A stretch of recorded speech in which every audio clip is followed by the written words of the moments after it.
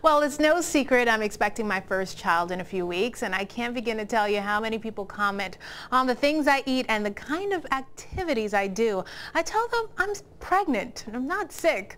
I sat down with OBGYN Mary Rosser over at Montefiore Medical Center to squash some of these pregnancy myths.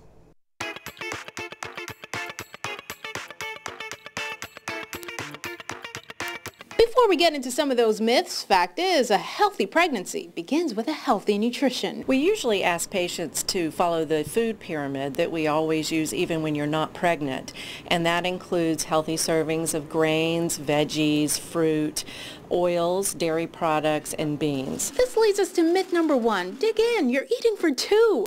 The truth is, you don't have to tip the scale to have a healthy baby. Dr. Rosser is a board-certified OBGYN at Montefiore Hospital. She says all you need is an extra 100 to 300 calories a day.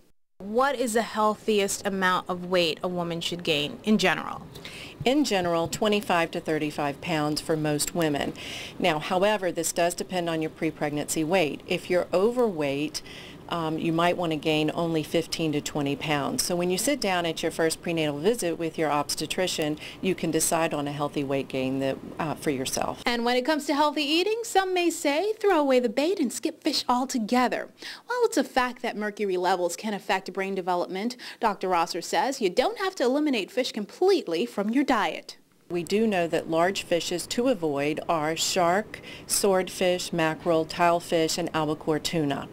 The healthier fishes to eat that contain very little, if any, mercury include salmon, cod, tilapia. Any of the thinner fishes are small, young, non-fatty fishes. And you can also eat shellfish. That's very safe. We only want people, though, to have 1 or 2 servings per week of this, which is 12 ounces.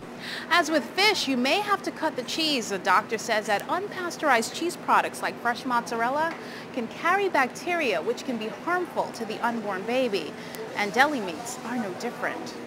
So we talk a lot about cold cuts or deli meats, and I tell people avoid those unless you are at a place where they actually baked the turkey or the ham or the cold cut. And it's no secret you should pass on the spirits, but as for caffeine? The March of Dimes has suggested that you keep your caffeine limited to less than 1 cup or 12 ounces of coffee or less than 30 ounces of tea a day. But when in doubt, always check with your physician first.